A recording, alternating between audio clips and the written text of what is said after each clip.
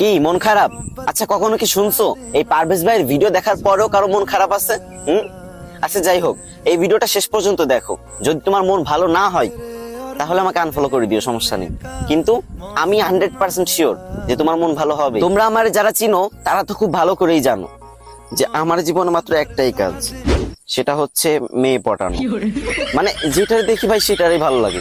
এইটার থেকে ওইটা সুন্দর, ওইটার থেকে এটা সুন্দর। তো কালকে হঠাৎ করে দেখলাম ফেসবুকে একটা মেয়ে আমার ফ্রেন্ড লিস্টে সেই স্টোরি দিছে। উফ, অসাধারণ। আমি তো ভাই সাথে সাথে অনেকগুলো লাভ রিয়েট মেরে দিলাম। তারপরে মেসেজ দিতে গেলাম, তো ভাবলাম সবাই তো হাই হ্যালো কেমন আছেন এগুলো মেসেজ দেই, তো আমি এগুলো দিব না।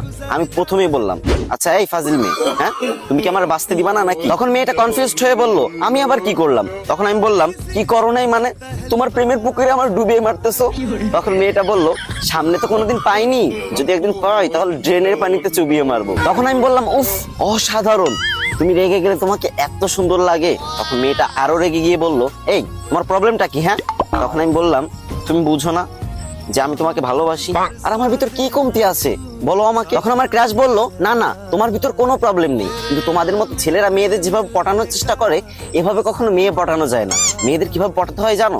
সামনে এসে মিষ্টি সুরে চমক দিয়ে প্রপোজ করতে হয়।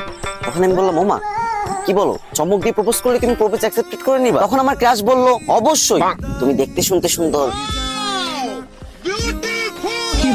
হ্যান্ডসাম, আবার সবাই এক নামে চিনে, টিকটক সেলিব্রিটি পারভেজ ভাই। তোমার মতো ছেলেকে তো মেনে নিয়ে যাই। আমি তো ভাই কি বলবো, খুশিতে কোনোদিন তো কোনো মেয়ে পাত্তা দেয় না। প্রথম একটা মেয়ে পাত্তা দিছে, আমি তো খুশিতে নাচানাচি শুরু করে দিছি। তারপর এক দৌড় দিয়ে দোকানে চলে গেছি। আর এটাই ভাবতেছি যে বর্তমান মেয়েদের চাহিদা কতটা নিচ, কতটা খারাপ। গোলাপ ফুল দিয়ে কত সুন্দর করে প্রপোজ করতাম না, তাতে তাদের হবে না, এখন চমক দিয়ে প্রপোজ করতে হবে। তো তখন আর গোলাপ ফুলের দোকানে গেলাম না, মুদিখানার দোকানে গিয়ে মামাকে বললাম, মামা এক বোতল বড় চমক দাও তো। আর আমি সেটা নিয়ে ক্রাশের সামনে গেলাম, আর তারপর তাকে হাঁটু গিরে প্রপোজ করলাম, I love you, I love you so much crush. ওমা, তাজ্জব ব্যাপার। তখন দেখি ও রেগে মেগে ফায়ার।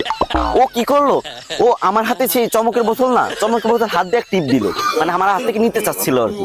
টিপ যখন দিছে তখন হচ্ছে চমকের যত চমক আছে সব তার মুখে গিয়ে পড়লো।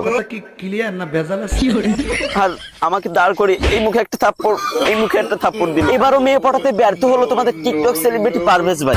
তাতে কি হয়েছে, ওই যে একজন একটা দামি কথা বলছিল না, যে একটা মেয়েকে 100 বার প্রপোজ না করে 100টা মেয়েকে একবার করে প্রপোজ করো, সফলতা আসবেই। তো এখন আমি ভিডিও করা শেষ করে আরেকটা মেয়েকে প্রপোজ করতে যাবো, ঠিক আছে? তোমরা যদি এই গল্পটা শুনতে চাও তাহলে ভিডিও নিচে শেয়ার অপশন আছে না, একটা শেয়ার করে দাও, তোমার একটা বন্ধুর কাছে একটাবার শেয়ার করে দাও। আর যদি ভালো না লাগে তাহলে আনফলো করে দিতে পারো, সমস্যা নেই।